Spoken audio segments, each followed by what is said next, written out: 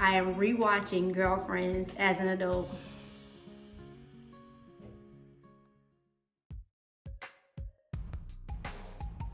Hey y'all, it's Gail. Please make sure you subscribe to my channel, like, comment, and make sure you hit that little bell so that you can subscribe so you know every time I post a video. So, background is different, okay? I'm in my living room. Usually I'm doing a sit with Gail in my room, a little bit more chill vibe. But today, instead of a book review, I'm gonna talk about how I am rewatching Girlfriends as an adult. In honor of Girlfriends, I have on my white shirt, jeans, and you know, it's winter in North Carolina, so long sleeve it is. So I was 11 when Girlfriends came out, so I definitely did not understand any of the concepts. I think I just like it was a show about black girls. Like, you know, when you're that young, you're all about your friends. So you're like, ooh, when me and my friends grow up, we're gonna be like girlfriends. I also grew up in the era, and I hope I'm not like dating myself, where, you know, when there's a girl group like Destiny's Child, like you pick which one you were. So, like, that's me. You had to say it real quick before your friends. So I was Kelly, of course. And so I've been listening to a lot of podcasts and things like that, and they're just talking about this phenomenon about old shows. Like, why are they so important? Why are they getting, you know, a lot of viewership right now? And it's, I mean, of course you got the nostalgia factor, but also I guess with the nostalgia, like, especially if you watch the shows, like, you kind of know what's happening. And so right now in the world, like, we do not know what's happening. We do not know what's going on. So just to have that familiarity, I guess. Also, shows back then, even though there was drama, it was a lot lighter, and they solved it within the 22 minutes, right? So even though the shows are like a continuation, like each episode builds off, but like, you know, if it was a drama episode or something happened in the episode, it usually finished. You know, like Power, like it's gonna take you the whole season to figure out who killed Ghost, type of thing. And so, I mean, you like that, so it's like, whew, like you get to breathe easy because it's solved. You know, whatever issue, whatever drama is solved. Also, Girlfriends was really ahead of its time. Like, I couldn't imagine what it would be now with social media. But, you know, they touched on colorism, the AIDS epidemic, and then lighter stuff like, if your friend fights in the club, then you gotta fight. You gotta jump in, girl. Like, yes, I'm a career woman, I'm grown, and so you gotta pick and choose. So you like, no, she always fighting. Like, I can't go to the club with her, but so I kind of sided with Toni and Maya on that one. Like, Joan, girl, you was wrong. And so, you know, like I was saying, you know, you pick who you want to be, right? So I thought I wanted to be Toni because she was fabulous. She always had nice clothes. Homegirl drove a Range Rover. They got repossessed. Now that I'm older and about, you know, money management, yeah, Toni just was spending. And so she will work to make money to buy things. And I'm on season 5, and so I'll probably do a recap after this when I'm done with the, you know, the whole series. But then I found out that Toni has saved $500,000. It was her never going back to Fresno fund. And so now I just, you know, throughout this whole thing, you just realize like how selfish Toni is. But it's like, okay, you and your husband are in debt. You got $500,000 saved, and you like, I don't know what he gonna do.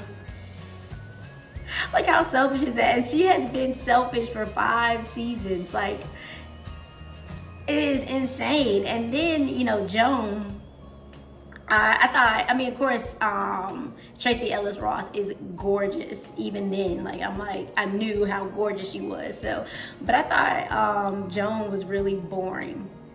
You know, she was the friend who, I'm Joan, y'all. I'm Joan. The friend who like keeps everybody together. Like, she's the friend that goes in the club. If we arrive together, then we're gonna leave together. Like, my friends used to say that was me in college. Like, I was the mama in college. Terrible. And so, yeah. I say I'm like Joan because I mentioned I've been very transparent about being in therapy and things like that, but how she always focused everything on her relationship. Like, it doesn't matter where she was in life, how much she was succeeding in other places in life. It's like if she wasn't in a relationship or about to get married, then she felt like she was failing. And another thing, when I was younger, I thought these women were way older than what they are. And then the very first episode where Joan made junior partner, she was less than 30.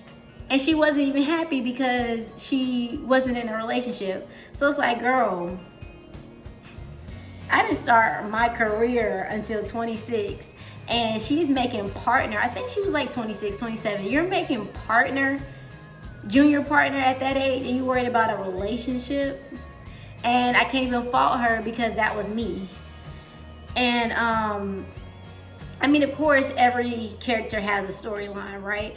But I felt like, in a way, like Toni and Joan are the main characters. But I feel like they didn't, like, their character wasn't dynamic. Like, their character didn't grow as much as, like, Lynn and Maya. And so I say that because I think Toni and Joan cannot communicate. Like, their communication style is so terrible, and so they really expect people to read their minds, like even with each other, you should just know type of thing. And so we know, I hope you know, and if you don't know, you might need some therapy, or Instagram has a lot of accounts that like you share good therapeutic information, but like you cannot expect somebody to read your mind. And so Joan is in these relationships, right? And she self-sabotages.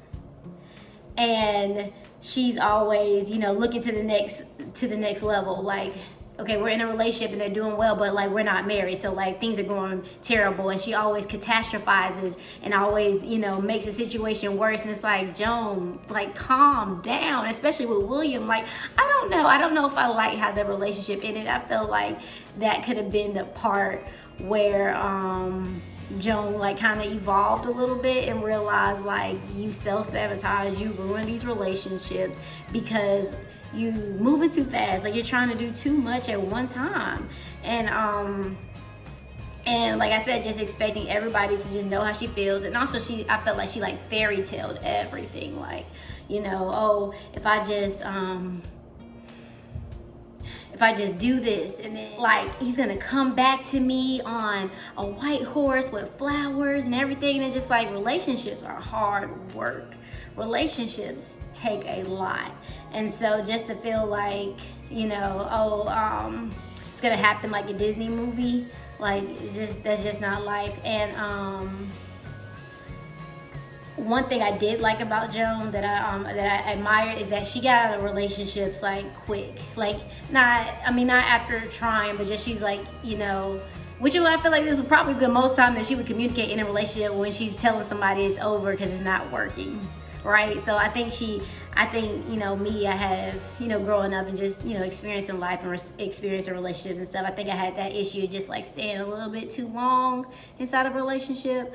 So I do commend Joan on that. And she was a smart saver. And when she left her job, she had a year's worth of, like rent and utilities, or mortgage, excuse me, because she had a whole house. Complaining about a man, but you had anyway. But she had a year's worth of utilities saved up. So I thought that was really dope. Now that I am a whole grown up and got to do things like that, I thought that was like really cool. Like I was saying, I think Lynn was the most in tune with herself. She realized that because of how she grew up, even with her, so first with her foster parents, like I guess they felt guilty maybe for the fact that she was, adopted. And so they like gave her stuff and like let her quit. And so she was on her very first and only real job, at least up until season 5, desk job. Because I like the documentary Lynn. I thought she was really focused, but back. And she, was very insightful when she told her parents that, like, if you guys let me quit, like, I'll never be able to do this. So I thought that was cool. And even when she went to go see her birth father. Like, I thought that was really cool because she realized, like, you know, maybe I'm all over the place because I don't know where I come from. Like, I think that's really, really insightful. And I like how, I think maybe I thought she was a hippie. And I guess maybe she, in a way, you know, it's kind of like hippie-ish, but I like how she's free-spirited and moving and not taking life too seriously. And I'm gonna figure it out because, like, me and, like, Joan, everything is too serious. I had a friend call me Chicken Little because, like, the sky was always falling. I felt like that was Joan, so I'm watching sometimes. I'm like, I'm Joan. I'm Joan. And with Maya, first of all, like, Maya is your cousin. Like, definitely, I definitely love that aspect where I felt like, you know, as soon as she was on the screen, like, I knew her.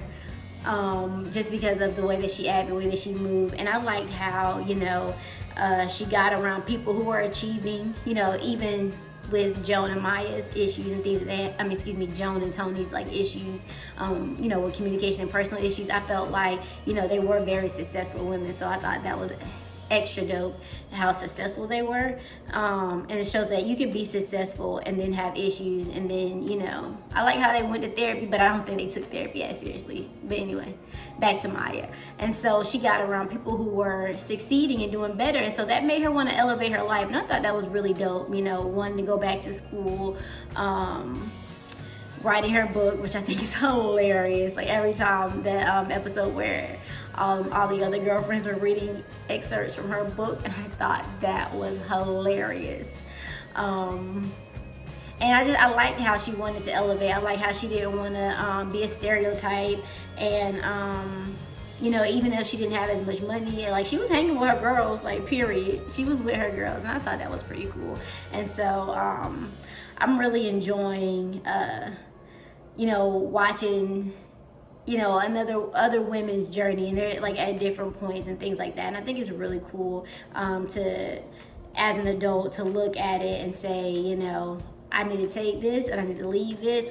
You know, like I said, to see myself in Joan, it's like, okay, I've been on this journey, thank God, and I have been progressing and getting better and working on myself. But it's good to see, you know,